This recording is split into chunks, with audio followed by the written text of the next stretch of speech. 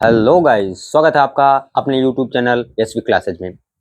आज हम लोग नया चैप्टर क्लास 10th वालों के लिए लेकर शुरू कर रहे हैं मैथ में क्वाड्रेटिक इक्वेशंस यानी द्विघात समीकरण।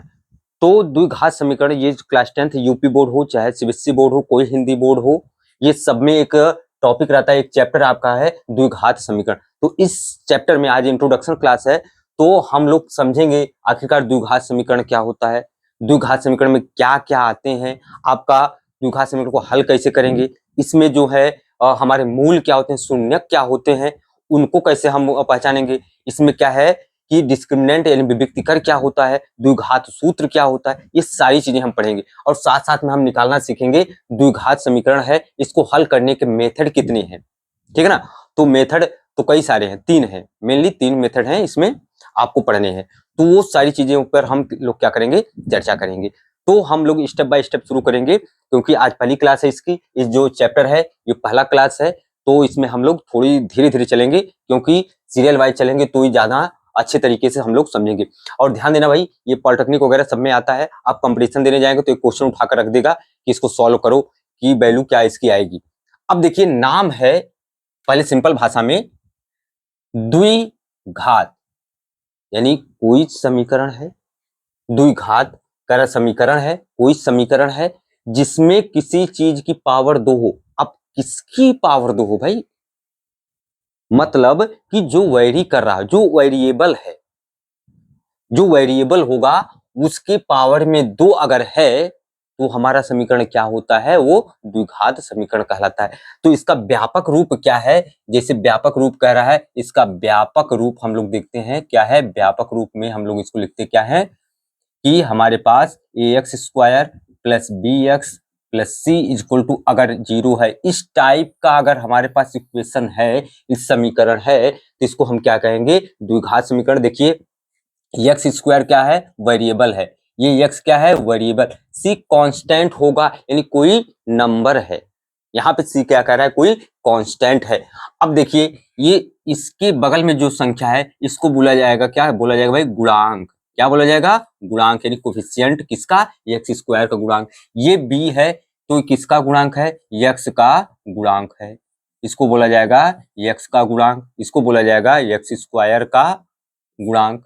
ये सी क्या है, कांस्टेंट है, ये क्या है भाई, कांस्टेंट, ठीक है ना। तो कह रहा है कि इस रूप का अगर हमारे पास इक्वेशन दिया है तो उसको हम क्या कहेंगे, द्विघात समीकरण कहेंगे।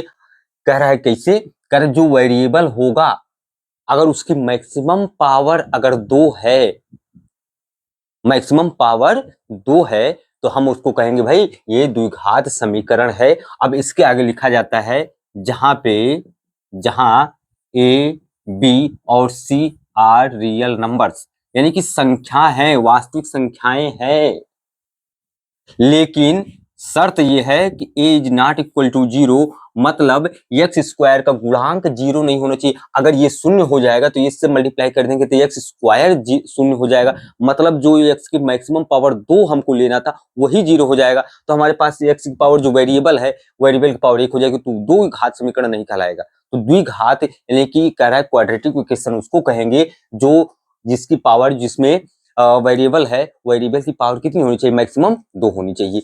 अब यानी कि उसका व्यापक रूप कैसा होता है, a x square plus b x plus c equal to 0। अगर इस टाइप में है समीकरण तो उसको हम क्या कहेंगे भाई, कि ये हमारे पास द्विघात समीकरण है, जहां पे a b c real number होंगे, वास्तविक संख्याएं तो रहेंगी, लेकिन एक्स स्क्वायर का जो गुणांक है उससे शून्य नहीं होना चाहिए। जैसे एग्जाम्पल मान लीजिए 2x square plus 3x plus 5 equal to 0।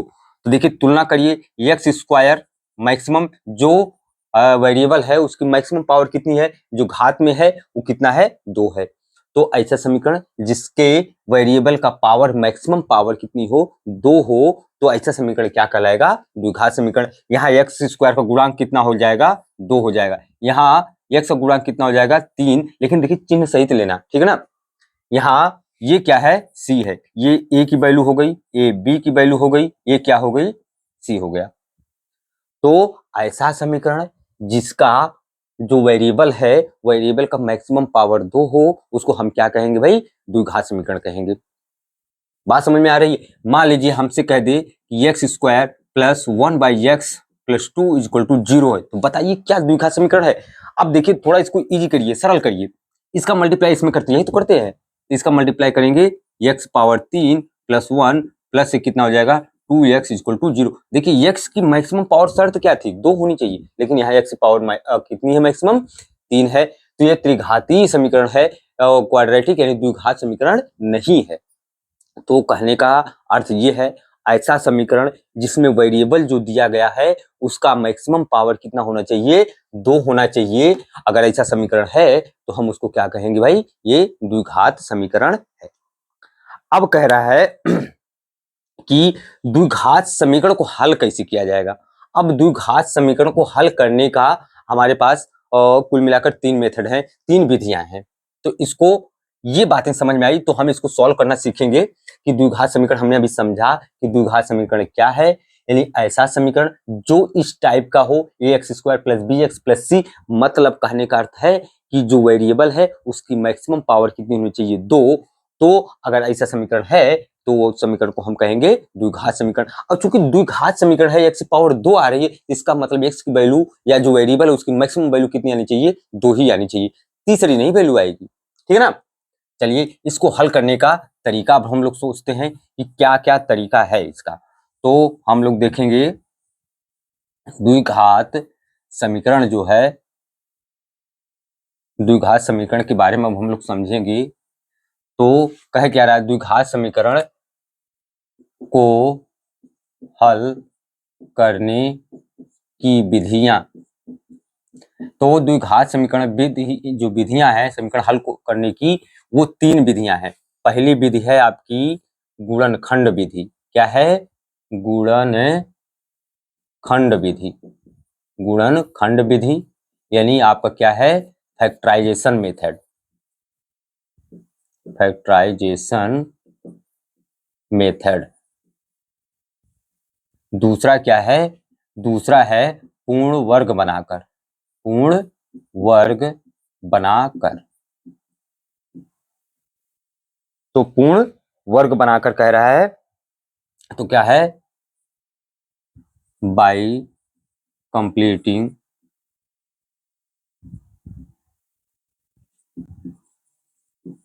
Of square method.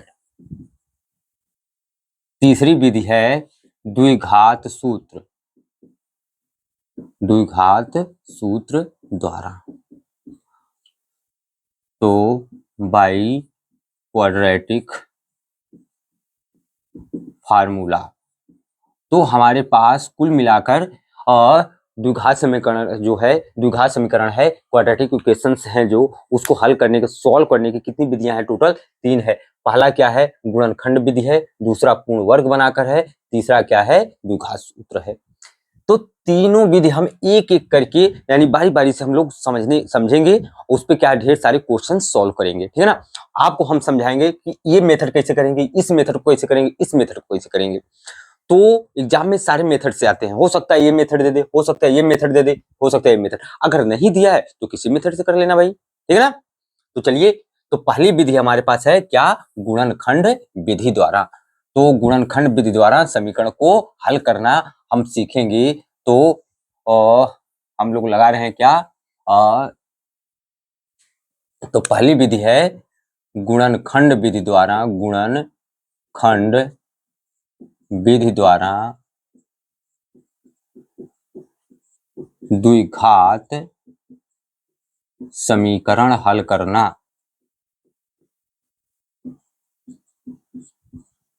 चलो भाई देखते हैं। तो कह रहा है पहले क्वेश्चन से हम लोग सॉल्व करते हैं। पहला क्वेश्चन दिया है, कह रहा है x² माइनस कितना है भाई, 2x माइनस 3 इक्वल टू 0। कह रहा है इसको गुणनखंड विधि द्वारा कैसे हल करेंगे। तो पहले देखना, अब हम कंपेयर इसको करते हैं ax² plus bx plus c से कंपेयर करेंगे। कंपेयर करने पर देखिए यहाँ पे क्या है, a की वैल्यू कितनी है, जहां पे कुछ नहीं है उसका मतलब क्या है, 1 है। ठीक है ना। तो कह रहा है कि इसमें जो गुणांक है इसको हम 1 मान ले रहे हैं, एक्स स्क्वायर का गुणांक यहाँ कुछ नहीं दिया, इसका मतलब कितना होता है 1। तो हम क्या करते हैं, पहली संख्या और अंतिम संख्या दोनों का आपस में क्या करते हैं, मल्टीप्लाई, दोनों का आपस में गुणा करेंगे। तो देखिए कितना है, 1 है और ये 3 है, तो कह रहा है 3 एकम 3, कह रहा है 3 का ऐसा 2 फैक्टर करेंगे, 3 को ऐसा 2 फैक्टर करेंगे, मतलब 3 को इस तरह तोड़ेंगे, यहाँ अगर माइनस है तो घटाने के बाद 2 आ जाए, और अगर प्लस रहेगा तो जोड़ने के बाद 2 आ जाए।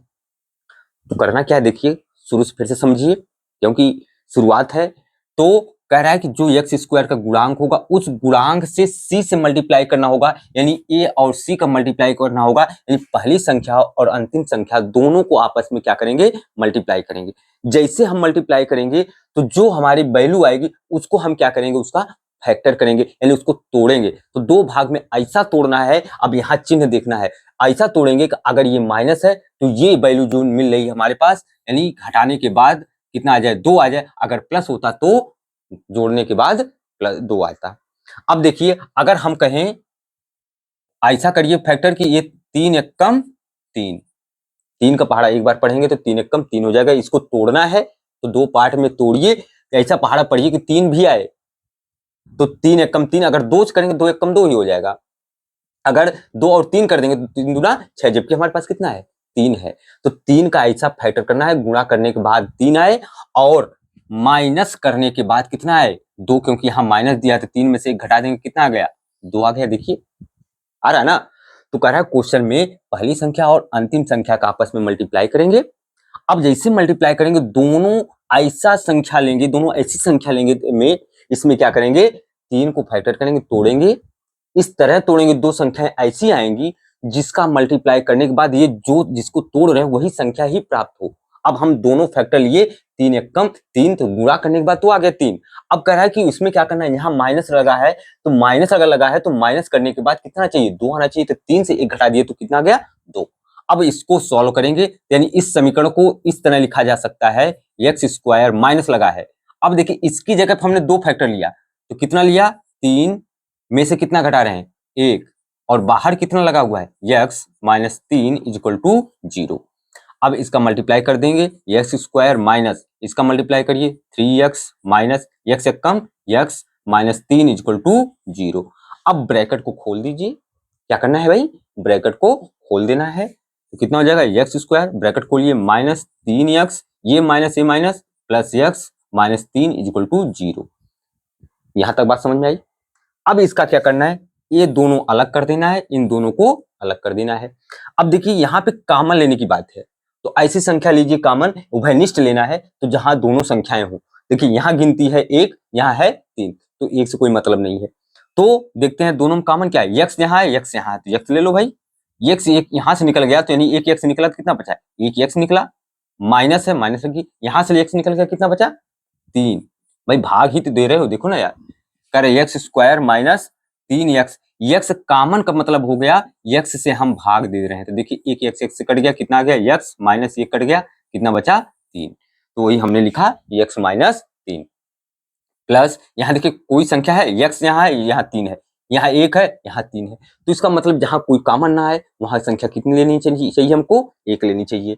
तो हम लेंगे 1, तो यहाँ से कितना हो गया, सेम टू सेम वैल्यू पड़ी रह जाएगी इक्वल टू 0। अब देखिए दोनों में क्या कॉमन है, x माइनस 3 कॉमन आ रहा है, तो x माइनस 3 कॉमन ले लीजिए, बचा क्या, यहाँ से x बचा, यहाँ प्लस है 1 इक्वल टू 0। अब हम यहाँ ले रहे हैं,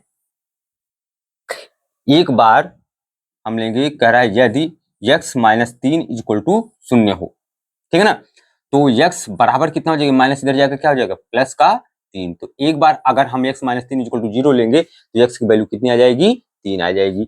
दूसरा कह रहे हैं यदि x प्लस 1 इक्वल टू 0 हो, तो x बराबर कितना हो जाएगा, ये प्लस इधर जाएगा तो क्या हो जाएगा, माइनस 1, यानी x की वैल्यू कितनी आ गई, 2, एक x की वैल्यू माइनस 1 आई, एक x की वैल्यू 3 आई। तो हमने क्या कहा था, द्विघात समीकरण सॉल्व करेंगे तो हमारे पास कितनी मैक्सिमम वैल्यू आएंगी, 2 आएंगी। देखिए x की 2 वैल्यू, क्योंकि x के पावर में 2 है तो हमारे पास कितनी वैल्यू आ जाएगी, 2 आ जाएंगी, ठीक है, बात समझ में आ रही है। चलें आगे, ओके, आइए सेकंड क्वेश्चन सॉल्व करते हैं, देखते हैं क्या है। सेकंड क्वेश्चन कर रहा है, देखिए गुणनखंड विधि द्वारा सॉल्व करना हम लोग सीख रहे हैं। पहले कुछ क्वेश्चन सॉल्व किया जाएगा, हर एक मेथड हम लोग को लेकर चलेंगे। तो देखते हैं सेकंड क्वेश्चन क्या कह रहा है। थोड़ा सा प्रैक्टिस होनी चाहिए भाई, थोड़ी सी प्रैक्टिस नहीं होगी तो क्या हो जाएगा। कह रहा है कि हमारे पास क्वेश्चन है, कहाँ भाई,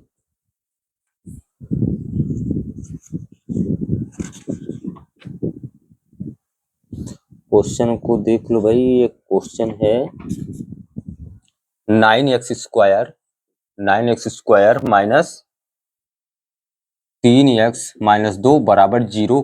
कह रहा क्या रहा है, गुणनखंड विधि द्वारा इसको सॉल्व करो, हल करो। तो पहले हमने क्या कहा, कंपेयर करेंगे। कंपेयर क्या करना है भाई, ax² plus bx plus c। तो a की वैल्यू कितनी है, a बराबर 9, b बराबर कितना है, चिन्ह सहित लेंगे -3, c इक्वल टू कितना है, -2।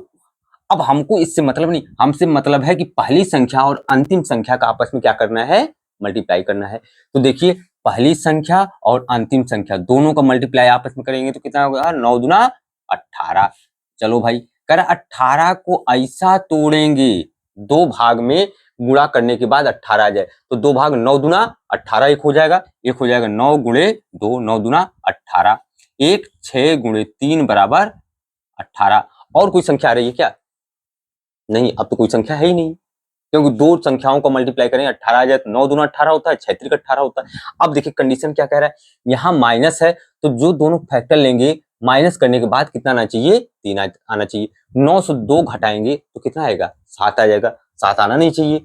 6 से 3 घटाएंगे तो कितना आ जाएगा, 3 आ जाएगा। यानी कि हमारे पास दो फैक्टर कौन कौन सा ले रहे हैं, 6, और 6 से 3 माइनस कर देंगे कितना आ जाएगा, 3, जो यहाँ पे लिखा हुआ है। करना क्या है, पहली संख्या और अंतिम संख्या, इन दोनों संख्याओं का आपस में क्या करेंगे, मल्टीप्लाई करेंगे। जैसे मल्टीप्लाई करेंगे तो जो आएगा उसका दो फैक्टर ऐसा करेंगे, दोनों फैक्टर करने के बाद, दोनों तोड़ने के बाद, गुणा करने के बाद वही संख्या प्राप्त हो, यानी 6 त्रिक 18 होगा और 9 दूना 18 होगा। लेकिन शर्त अब यहाँ पे एक कंडीशन कह रहा है कि यहाँ माइनस है तो जो दोनों फैक्टर हम ले रहे हैं वो घटाने के बाद कितना आना चाहिए, 3 आना चाहिए, क्योंकि माइनस लगा रखा है। तो 6 त्रिक 18, हाँ भाई ये शर्त पूरी हो गई। अब दूसरी शर्त क्या है, 6 से 3 माइनस करेंगे तो कितना आना चाहिए, 3 आना चाहिए, तो आ रहा है। तो इसका मतलब हम इस इक्वेशन को कैसे लिख सकते हैं, 9x² माइनस, अब क्या है, 6 में से 3 घटा देंगे लेकिन बाहर कितना है, x माइनस 2 इक्वल टू 0।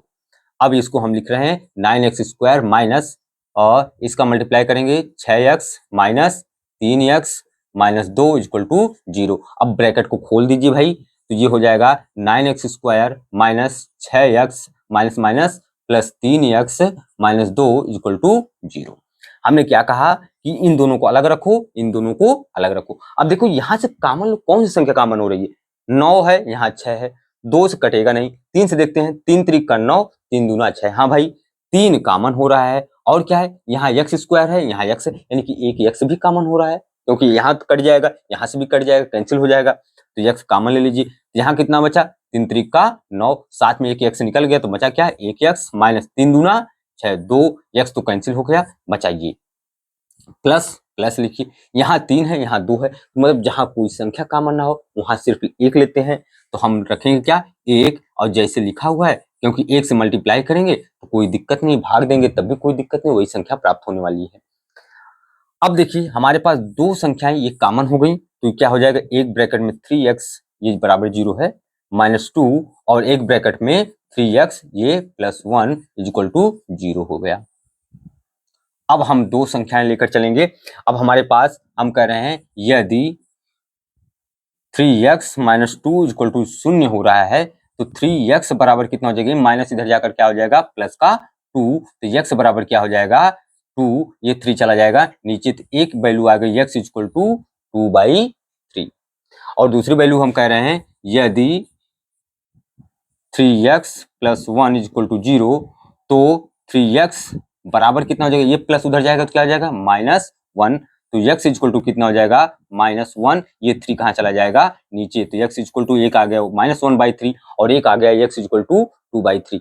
तो इक्वेशन को हमने सॉल्व किया किसके, गुणनखंड विधि द्वारा, यानी बाय फैक्टराइजेशन मेथड। तो x की वैल्यू मैक्सिमम कितनी आनी चाहिए, 2, क्योंकि पावर इसकी कितनी है, 2 है। ठीक है ना, कर लीजिए। इसके बाद हम लोग चलते हैं नेक्स्ट क्वेश्चन की तरफ। क्योंकि गुणनखंड विधि द्वारा द्विघात समीकरणों को हल कर रहे हैं तो आपको जानना चाहिए, हर एक मेथड पे हम आपको क्वेश्चन कराएंगे, फिर प्रश्नावली जो आपकी है यानी एक्सरसाइज जो है वो टोटल लेकर चलेंगे, ठीक है ना। तो यहां तक हो गया। चलिए भाई आइए थर्ड क्वेश्चन और आज का लास्ट क्वेश्चन, क्योंकि एक एक मेथड एक दिन में हम लोग वीडियो कवर करेंगे तो अच्छा रहेगा। बहुत बड़ी वीडियो कोई मतलब नहीं होने वाली, आराम से सीखना है, पेपर के लिहाज से आप लोग को सीखना है, तो धीरे धीरे आप करके चलेंगे तो ज्यादा बेटर होगा, ठीक है ना। तो आइए नेक्स्ट क्वेश्चन क्या कर रहा है, कहाँ गया, देख लो भाई क्वेश्चन कहाँ जा रहा है।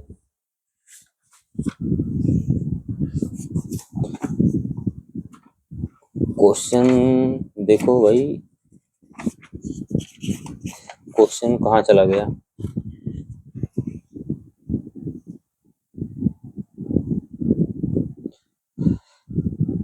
कर रहा है कितना कह रहा है, एक्स स्क्वायर माइनस कितना है भाई, 8x माइनस माइनस है 20 बराबर 0। कह रहा है गुणनखंड विधि द्वारा इसको हल करिए। तो देखिए क्या कहा हमने, कंपेयर करके आप पहली संख्या और अंतिम संख्या का आपस में मल्टीप्लाई करना है, जहां पे कुछ नहीं है वहां पे एक है, तो पहली संख्या और अंतिम संख्या हमने लिया, तो एक 20 से यानी 20 से कम 20। कह रहा है कि इसका दो ऐसा फैक्टर करेंगे मल्टीप्लाई करने के बाद 20 आए, तो देखिए 10 दूना 20 होता है, पंचौका 20 होता है, यानी कि हमारे पास 10 दूना 20 होता है और 5 गुणे 4 करेंगे तो पंचौका 20 होता है। दो संख्या हो गई। अब शर्त क्या कर रहा है, यहां माइनस है, माइनस करेंगे तो 8 आना चाहिए। देखिए 5 से 4 माइनस करेंगे तो 1 हो जाएगा, लेकिन 10 से 2 माइनस करेंगे कितना हो जाएगा, 8 हो जाएगा। इसका मतलब कौन कौन सा होगा, 10 और 2, यानी 10 से 2 हटा दिया तो हमारे पास कितना आ गया, 8 आ गया, ठीक है ना। तो हम क्या कर रहे हैं, इस समीकरण को कैसे लिख रहे हैं, एक्स स्क्वायर माइनस कितना है, अब डायरेक्ट देखिए हम लिख रहे हैं ये 10, क्योंकि बाहर माइनस है और एक्स है, तो अच्छा चलिए माइनस 2 कर देंगे, बाहर एक्स लगा हुआ है, माइनस 20 इक्वल टू 0। अब इसको मल्टीप्लाई कर दीजिए, x square minus 10x minus 2x minus 20 equal to 0 आ रहा है। अब ब्रैकेट को खोल दीजिए, ये कितना हो गया, एक्स स्क्वायर माइनस 10x, ये minus minus plus 2x minus 20 equal to 0 हो गया। यहां तक ठीक है। हमने कहा इन दोनों को अलग रखिए, इन दोनों को अलग रखिए। देखिए यहाँ पे संख्या है एक, यहाँ पे है 10, तो कोई मतलब नहीं है। एक्स स्क्वायर है, यहाँ भी एक्स है, तो इसका मतलब यहाँ पे एक्स कॉमन हो जाएगा। यहाँ से एक्स कॉमन लिया तो यहाँ भी एक से निकल गया तो बचा एक, एक्स बच गया। यहाँ माइनस एक्स निकल गया, कितना बचा 10। अब देखिए प्लस लगा है, 2 है, 2 दहा में 20, तो यानी कि 2 कॉमन ले लेंगे तो यहाँ कितना बच जाएगा, एक्स माइनस 2 दहा में 20 इक्वल टू 0। तो ये एक ब्रैकेट में x माइनस 10 हम कर देंगे, कॉमन हो जाएगा। अब बचा क्या, वो यहाँ रख दीजिए, x प्लस 2 इक्वल टू 0। कर रहा है यदि x माइनस 10 इक्वल टू 0, तो x बराबर कितना आना चाहिए, प्लस इधर जाएगा, इधर माइनस चला जाएगा तो क्या हो जाएगा प्लस, एक x की वैल्यू कितनी आ गई, प्लस का 10। और दूसरा कह रहा है यदि x प्लस 2 इक्वल टू 0 है तो x इक्वल टू कितना हो जाएगा, ये प्लस उधर चला जाएगा तो माइनस का 2 हो जाएगा। तो x की कितनी वैल्यूज आ गई, 2 आ गई। एक x इक्वल टू 10 आ गया, एक x इक्वल टू माइनस का 2 आ गया। तो इस तरह हमने देखा गुणनखंड विधि द्वारा किस तरह द्विघात समीकरण को हम सॉल्व करेंगे, ठीक है ना। तो नेक्स्ट वीडियो जो हम लोग लेकर आएंगे उसमें क्या करेंगे कि भाई स्क्वायर पूर्ण वर्ग मेथड द्वारा हल करेंगे, फिर इसके बाद हम लोग क्या करेंगे, द्विघात सूत्र द्वारा हल करेंगे। उसके बाद हम लोग शुरू करेंगे कि हाँ भाई विविक्तीकर क्या होता है, ठीक है ना। और संख्याओं, जो संख्याएं दी रहेंगी, द्विघात समीकरण दिया रहेगा, उसके मूल क्या होंगे, ये सारी चीजें हम लोग उसमें डिस्कस करेंगे।